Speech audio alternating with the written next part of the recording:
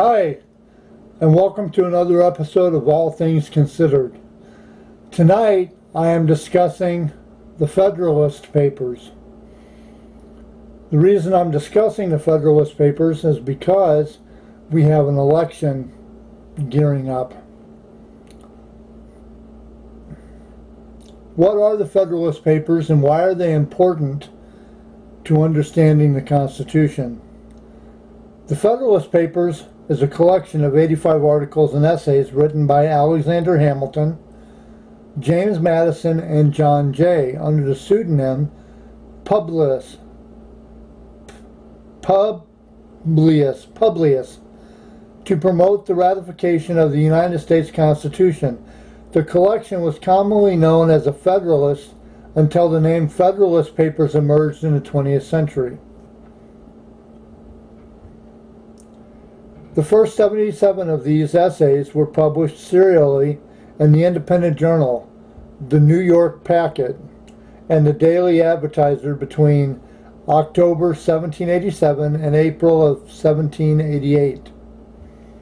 A 2-volume compilation of these 77 essays and 8 others were published in 2 volumes as The Federalist, a collection of essays written in favor of the new Constitution as agreed upon by the Federal Convention, September 17, 1787, by publishing firm J&A McLean in March and May of 1788. The last 8 papers, numbers 78 to 85, were republished in the New York newspapers between June 14th and August 16th of 1788. The authors of the Federalists intended to influence the voters to ratify the Constitution. In Federalist number 1, they explicitly set that debate in broad political terms. It says, it has been frequently remarked that it seems to have been reversed. Let me start over. It has been frequently remarked that it seems to have been reserved to the people of this country by their conduct and example to decide the important question whether societies of men are really capable or not of establishing good government from reflection and choice, or whether they are forever destined to depend for their political constitutions on accident and force. It's saying, well, it's pretty self-explanatory, but I'm going to try to explain it anyway. It means that by writing a constitution in such a way that you are relying on the people to establish good government on thought and choice, thinking about what you're going to do and choosing to do the right thing.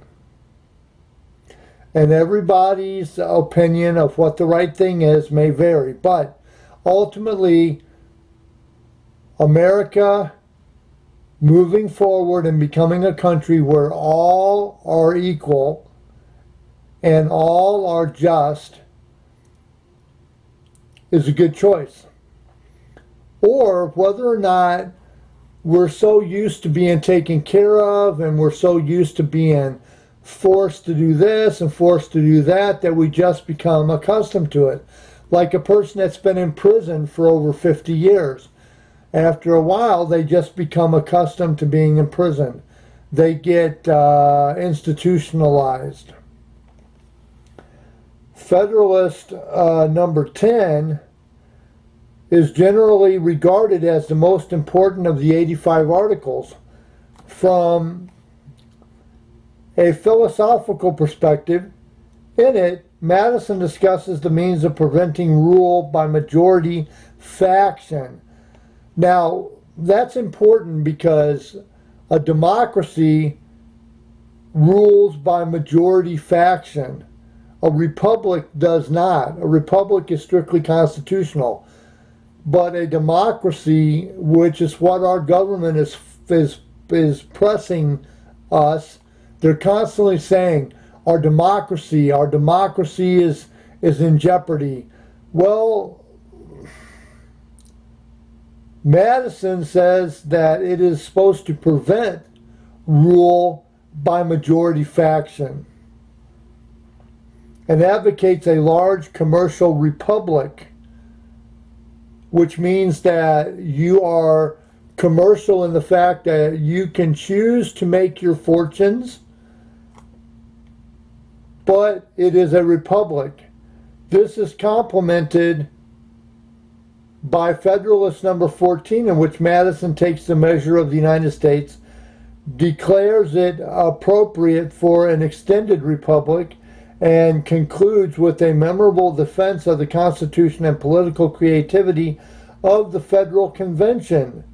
In Federalist number 84, Hamilton makes the case that there is no need to amend the Constitution by adding the Bill of Rights, insisting that the various provisions in the proposed Constitution protecting liberty amount to a Bill of Rights.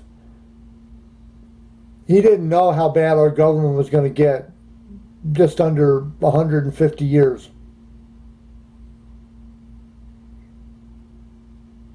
Actually, it's been closer to 200.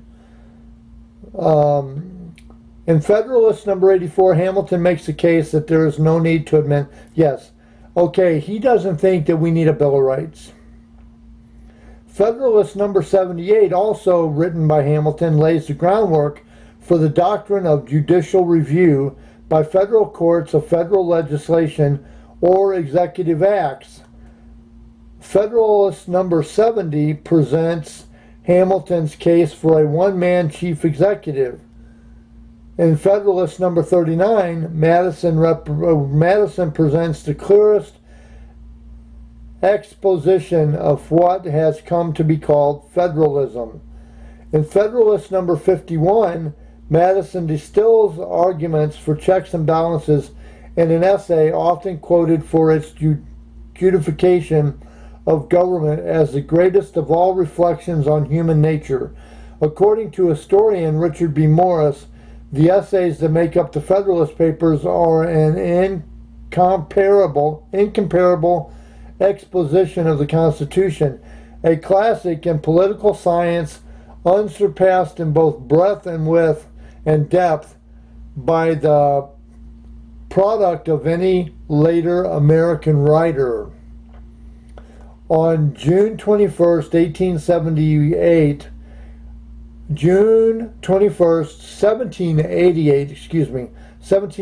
the proposed Constitution had been ratified by the minimum of 9 states required under Article 7.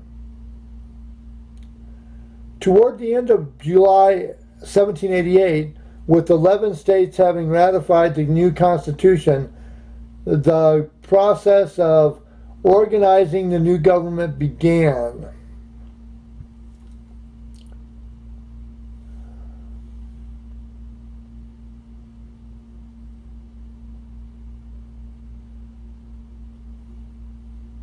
Structure and content. Federalist number 1. Hamilton listed 6 documents to be covered in the subsequent articles. 1. The utility of the Union to your political prosperity, covered in number 2 through number 14. Number 2. The insufficiency of the present Confederation to preserve that Union, covered in number 15 through number 22. 3. The necessity of a government at least equally energetic with the one proposed to the attainment of this object, covered in number 23 through number 36. The conformity of the proposed Constitution to the true principles of Republican government. Republican government. Now, that's not the same thing as being a Republican. Republican government is the Republic. Now, I want to get that very clear. When people say Republic, there's people that think you're meaning Republican. And when you say democracy, there's people that think you're talking Democrat. That's not true. Republic is different from Republican.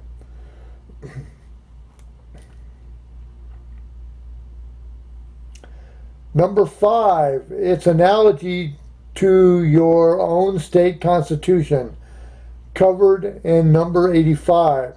Number 6, the additional security which its adoption will afford to the preservation of that species of government, to liberty and to prosperity, covered in number 85. Furt Wrangler notes that as the series grew, this plan was somewhat changed.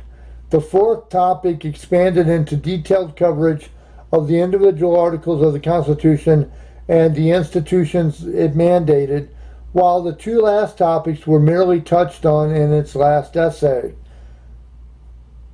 The papers can be broken down by author as well as by topic. At the start of the series, all 3 authors were contributing. The first 20 papers are broken. At the start of the series, all 3 authors were contributing. The first 20 papers are broken down as 11 by Hamilton, 5 by Madison, and 4 by Jay. The rest of the series, however, is dominated by 3 long segments by some single writer. Numbers 21 through 36 by Hamilton. Numbers 37 through 58 by Madison. Written while Hamilton was in Albany. And number 85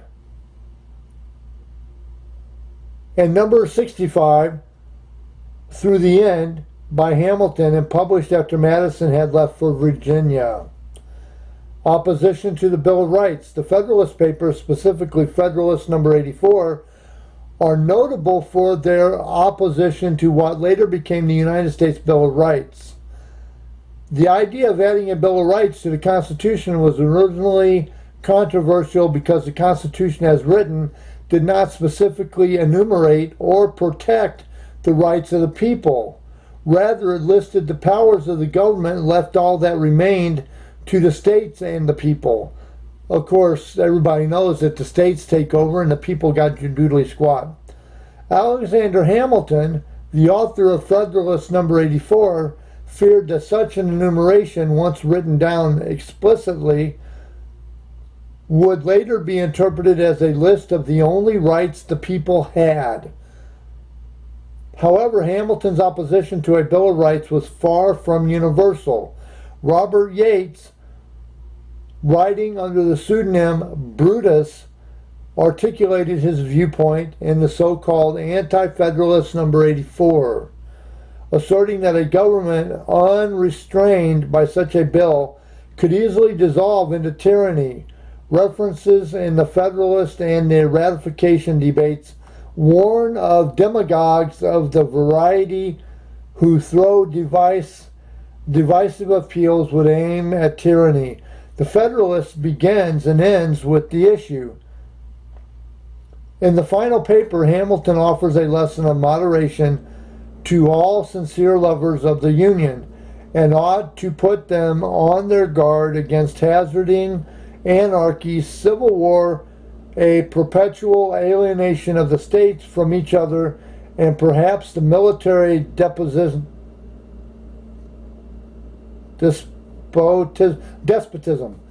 A word that I have not used in a while, so I almost forgot how to pronounce it. Despotism of a successful demagogue. The matter was further clarified by the 9th Amendment, although they say it was clarified by the 9th Amendment. The 9th Amendment doesn't actually do jack shit. I know. I tried using it in court.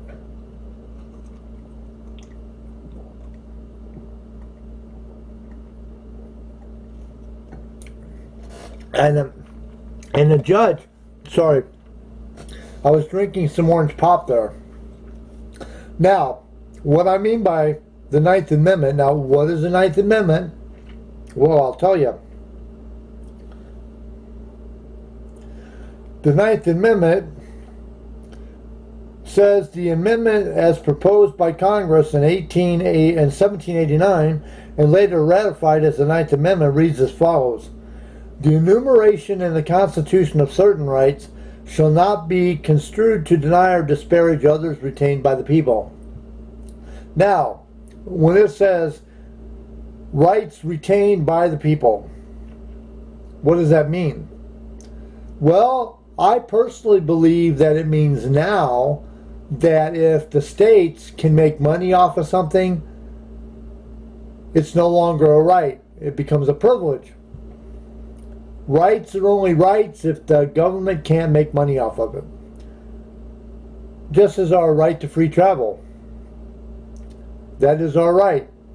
But the states are making money off the driver's licenses by lumping everybody into the drivers, that we no longer have that right to free travel. Freely go where we want to go. Our life, liberty, and pursuit of happiness is being trampled on because we are no longer able to go and come as we please wherever we want. If I happen to find happiness north of where I live at, the only way I can get there is if I walk. But if I had an automobile, which is private property if I own it, I would be able to go. I would have a better quality of life while enjoying my liberties, at the same time also pursuing my happiness. But because they tell me I have to have a driver's license to move around in an automobile, which can be taken away, that makes it a privilege and not a right. Well, the Ninth Amendment says that my right is to be protected. But I asked the judge, who gets to decide what is a right retained by the people? And he didn't answer me on that. I will come and talk more about Federalist Papers in the next video, or an upcoming video. I will touch back on this, the Federalist Papers. This has been something that's been on my mind for a while. I've talked about it in other videos, but I've not gotten really into deep on it because I'm very much a constitutionalist. I believe what the Constitution says, and I also believe what the fathers, the forefathers, the founding fathers mandated for us. Now, I wrote something in my Facebook page, which I've quoted before in one of my videos, but I'm going to read it again real fast. The Declaration of Independence and the Constitution was written by the Founding Fathers in such a way that no matter how old it gets or how tony America becomes, the core of it will work if we follow it to the letter. This is what the Declaration says, and I'll explain it. Prudence indeed will dictate that governments long established should not be changed for light and transient causes. That means that if the government just doesn't do something we like, doesn't do something that we don't like, say the government does something and we don't like it, we can't just up and overthrow the government for that. It's got to be for a really, really important reason. Prudence indeed will dictate that governments long established should not be changed for light and transient causes, and accordingly all experiences has shown that mankind are more disposed to suffer, which means that we'll put up with it. Our leg could be infected and falling off, but instead of going to the doctor, oh, we'll just put up with it because eventually it'll work itself out. We are disposed to suffer while evils are sufferable, which means that the stuff that like Donald Trump is doing, oh, that's just Trump being Trump. We're going to put up with it because that's what we do. While evils are sufferable, than to right themselves by abolishing the forms to which they are accustomed. We have become accustomed to the way the government is now. We have become accustomed to this government. And in doing so, we are allowing our government to treat us and to do to us like we are total crap. The government no longer works for us. We work for the federal government. Anyway, that's all I'm going to talk about tonight. I am not going to get into a big tangent on that. I just wanted to touch on the Federalist Papers, and I'm going to go in depth a little bit more. Eventually, I'm going to do a series where I take each article and I talk about it in a video and I discuss it. It'll be an ongoing video. I'll try to make it as short as I can because there's 85 articles, and I really don't want to do 85 videos on this thing. So anyway, if you like my videos and you think that I'm doing a good job, please hit a like and subscribe. This eventually is going to become a much better channel, hopefully, than normal. I'm just getting started. I've got about 90 videos under my belt. I get some views, but I could use more. Hit a like and subscribe. If you have a comment about what I'm talking about, put it in the comments. If you think that I don't know what I'm talking about, put it in the comments. But please explain to me why you don't think I know what I'm talking about, and kind of give me some proof. If you have an idea for a future video that you'd like me to do, please let me know. This is an us presentation. You and I working together to make the world a better place. This has been All Things Considered. Have a good night, America, and all points beyond.